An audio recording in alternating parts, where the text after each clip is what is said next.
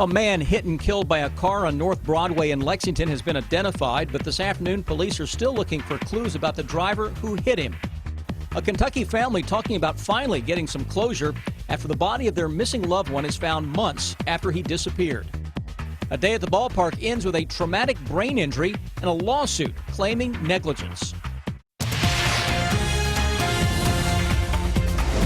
This is WKYT News at 4:30. Good afternoon to you. Lexington police are making a plea to the public for help in solving a deadly hit and run. 21-year-old Jonathan Adams was hit just after 1 this morning as he was walking along North Broadway at New Circle Road. And while police don't have a lot of information about the driver responsible, they do have some clues. WKYT's Hillary Thornton tells us what police were able to uncover. It's our top story at 4:30. Police are working off of a vehicle description as they try and track down the driver responsible for the deadly hit and run crash that happened out here along North Broadway, directly across from this Lexington fire station. The investigation markings on the roadway outside of Lexington Fire Station number 8 near the intersection of North Broadway and New Circle Road. It is there where police say 21-year-old Jonathan Adams was hit, found lying in the right-hand lane. Investigators say they're not sure if he was walking in the roadway or on the shoulder. They believe the driver responsible was in a red Chevrolet Impala that possibly now has damage to the windshield and the passenger side mirror. Investigators say, unfortunately, there are not many surveillance cameras pointing in that spot of North Broadway. While police do have that vehicle description, they are still asking that anyone with any bit of information share that with them. Even the smallest bit of information can be that piece we need just to piece everything together. So if anybody has information, we please ask them to come forward. While investigators do not have a license plate number for that vehicle, they say it possibly is an Anderson County plate. In Lexington, Hillary Thornton, WKYT. And investigators say if you see a vehicle that might fit the description, write down the license plate number and then report that to police. For months, William Scotty Fannon's family searched for answers. Fannon went missing last December in Martin County. Yesterday, police confirmed human remains found last week belonged to Fannon. Alex Casper Peak talked to his stepmother and sister about finally finding Scotty. For nearly 10 months, friends and family members have put up signs saying, "Bring Scotty home."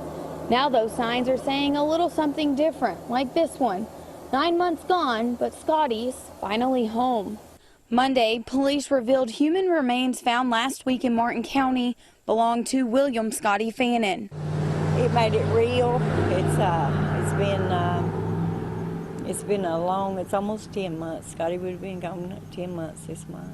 For weeks, his family searched a nearby lake and the hills near his home, fearing the worst. Bring him home.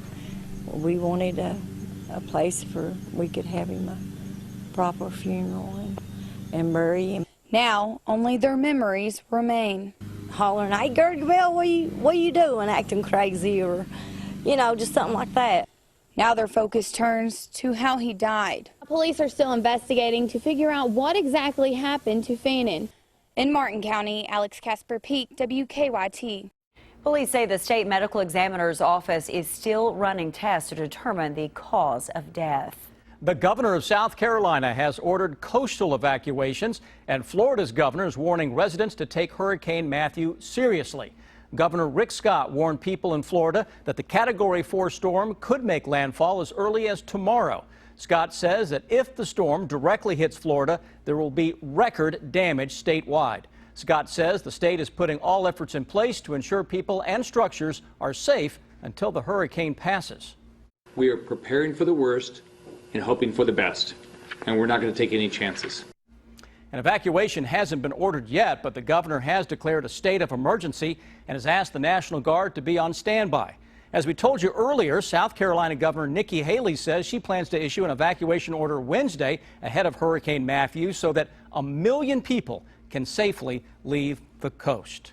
That is a whole lot of folks affected. It is a massive storm for sure. It is. Now back in the Bluegrass, Wow, the weather is clear and calm. Yeah, WKYT Chief Meteorologist Chris Bailey is tracking what we can expect here. He is in the First Alert Weather Center. Chris? It is really, really nice, guys. Upper 70s, low 80s across the entire area. Here in early October, I think most folks will take that and run with it, especially since a lot of the kiddos have fall break this week. And again, mix of sun and clouds, gusty winds that are out there as well. If you're heading out and about this evening, we will drop it through the 70s only to the mid 60s by 11 o'clock. A pleasant evening no matter how we slice it. Mix of sun and clouds, had a couple of sprinkles and light showers showing up I-64 between Moorhead and Lexington a little earlier this afternoon. But overall, it's a very nice forecast for the Bluegrass State. In contrast, look what's going on in the Caribbean right now. This is Matthew, Category 4 hurricane, 145-mile-per-hour sustained winds, crossing over the far eastern tip of Cuba over the next few hours, heading into the Bahamas,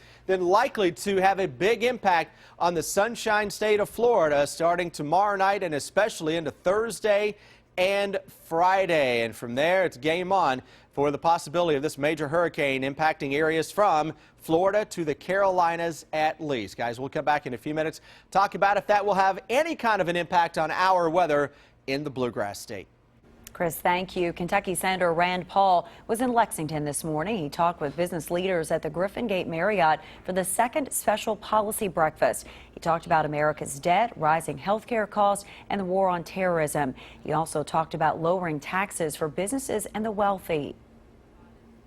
I want to protect your liberty. I want you to be free, and I want you to prosper. Every community I go to in Kentucky, I say, what is your business? What can I do to allow you to make more money?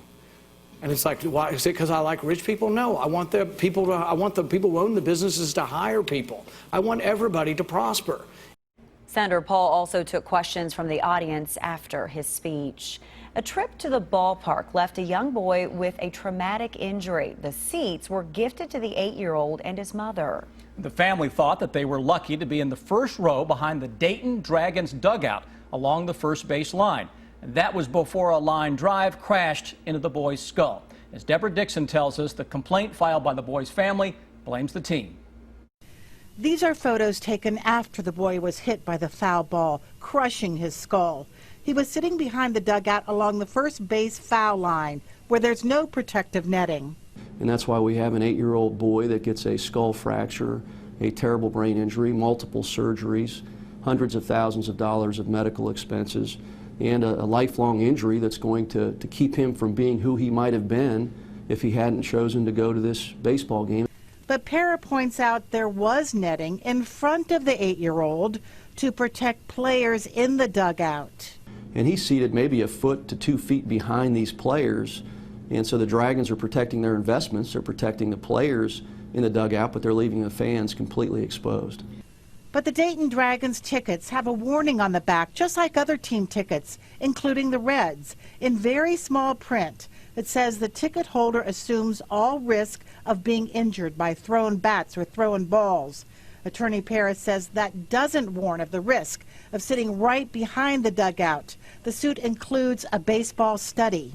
And it shows that if you're within 100 feet of home plate, and a foul ball comes at you off the bat at 90 miles an hour, that foul ball is going to be on you in 1 second or less.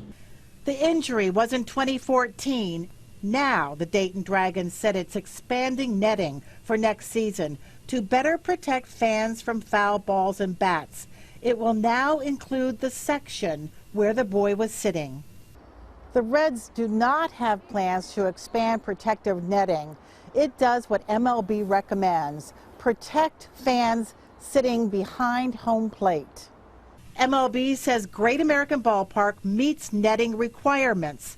The so-called baseball rule protecting fans behind home plate goes back to 1925. The suit says that's when fans sat farther away, not right behind the dugout along foul lines, in what the suit calls the most dangerous place in ballparks. And we reached out to the Lexington Legends to learn more about their policy. They tell us they have netting at Whitaker Bank Ballpark behind home plate. That is the only requirement by Major League Baseball. There is no netting behind the dugouts. Fans of the Gilmore Girls aren't just being rewarded with the return of the popular series. Netflix is giving fans another gift ahead of its relaunch, and you can get it right here in Lexington. We'll explain coming up. Now, your hour-by-hour forecast with Chief Meteorologist Chris Bailey. Well, if you're a fan of gorgeous and those mild fall days, you gotta love this forecast over the next few days, huh? Plenty of sun for a lot of us today, mixing at times with some clouds. And look at that skyline showing up over Jackson, southeastern Kentucky, and you see some clouds in the distance and a little color beginning to show up on the mountains there. WKYT Weather Garden showing off a little color as well. I think the bluegrass region may be just a little ahead of parts of eastern Kentucky right now in terms of some coloring. Upper 70s to low 80s. Next 2 or 3 weeks, those colors really begin to take off. So a warm afternoon in the bluegrass state, and we'll be that way for the next few days. Defender Radar Network, nothing is out there, though we had a couple of very light showers from Lexington and east right around lunchtime today. Cloud cover not as prominent as yesterday across the entire region. Still, though, dealing with a little bit of high clouds. How do we roll over the next 3 days? Tomorrow's a lot like today. It's windy, it's warm, and that much of a shower threat. Similar to today, it may rain on 1 or 2 cars on the interstate, and that's all she wrote. Thursday, temperatures again right at 80. Gusty winds will continue, and those winds may really crank up Thursday, Friday, and Saturday, and right in through the weekend. We could be talking about some gusts greater than 30 miles per hour as we start to undergo a little change. Hour-by-hour forecast tonight, tomorrow morning, and through the rest of the day tomorrow, we'll feature some high clouds, temperatures topping out around 80. Do it all over again on Thursday. We're kind of back in this stubborn pattern. You know, if you look back over the past 2 weeks, each week has featured a pattern that just didn't change from day to day. Now, last week it was kind of ugly. You had some showers, some chilly air. Week before that was downright hot. This week it's, for some folks, maybe just right. Maybe we finally got it right on week 3. With daily highs around the 80-degree mark. And we're watching Hurricane Matthew, 145-mile-per-hour hurricane, and the eye of that storm getting ready to pass over the southeastern tip of Cuba, heading into the Bahamas as a Category 4, and from there it's going to make a run at Florida. There are several models that are much farther west than the official forecast here from the National Hurricane Center. And we're going to kind of get in one of those situations here over the next 12 to 24 hours that if this storm were to hit Florida and we don't get mandatory evacuations, you could run into some issues because the window of opportunity is kind of running out into Florida. That storm could be there as early as tomorrow night and Thursday morning.